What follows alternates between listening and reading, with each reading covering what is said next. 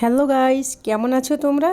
This is my page and channel থেকে তোমাদের ঈদের শুভেচ্ছা। আমার সকল বন্ধুদের ঈদের শুভেচ্ছা জানিয়ে একদম সহজ আর আমার খুবই পছন্দের একটা রেসিপি নিয়ে তোমাদের মাঝে হাজির হয়ে গিয়েছি।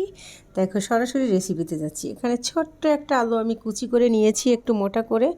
তারপরে হাফ কাপের একটু বেশি পেঁয়াজ দিয়ে দিচ্ছি। তারপরে মরিচও দিয়ে দিচ্ছি মোটামুটি ভালোই 10-15টা মরিচ, আর সামান্য হলুদ গুঁড়ো দিচ্ছি, জিরা গুঁড়ো দিচ্ছি, ধনিয়া গুঁড়ো দিচ্ছি, আর জিরা বাটা দিচ্ছি, আর সামান্য একটু আদা বাটা দিয়ে লবণ দিয়ে এখন এখানে আমি অ্যাড করে নিব তেল।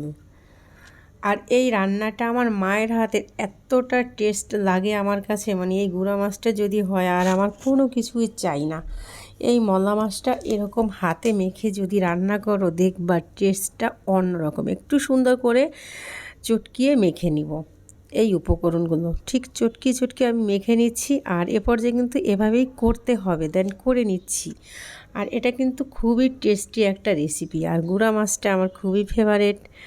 আর সেটা যদি একটু আলু দিয়ে চড়চড়ি করা হয় তো আর কথাই নেই। এখন আমি দিয়ে দিচ্ছি মলা মাছ কেটে ধুয়ে পানি ঝরিয়ে রাখা মাছ দিয়ে একদম আলতো হাতে মেখে নিব। দেন এ পর্যায়ে দিয়ে দিচ্ছি বড় সাইজের একটা টমেটো। আর অবশ্যই এ পর্যায়ে কিন্তু টমেটোটা স্কিপ করা যাবে না, দিতেই হবে। দেন টমেটোটা দিয়ে একদম মেখে দিয়ে এখন আমি রান্নায় বসিয়ে দিয়েছি চুলায়। আর এখন গ্যাসটা অন করে দিয়ে দেবো আমি পরিমাণ মতো পানি।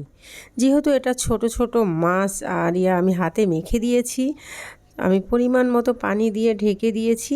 আর মাঝে একটু দেখে নিচ্ছি,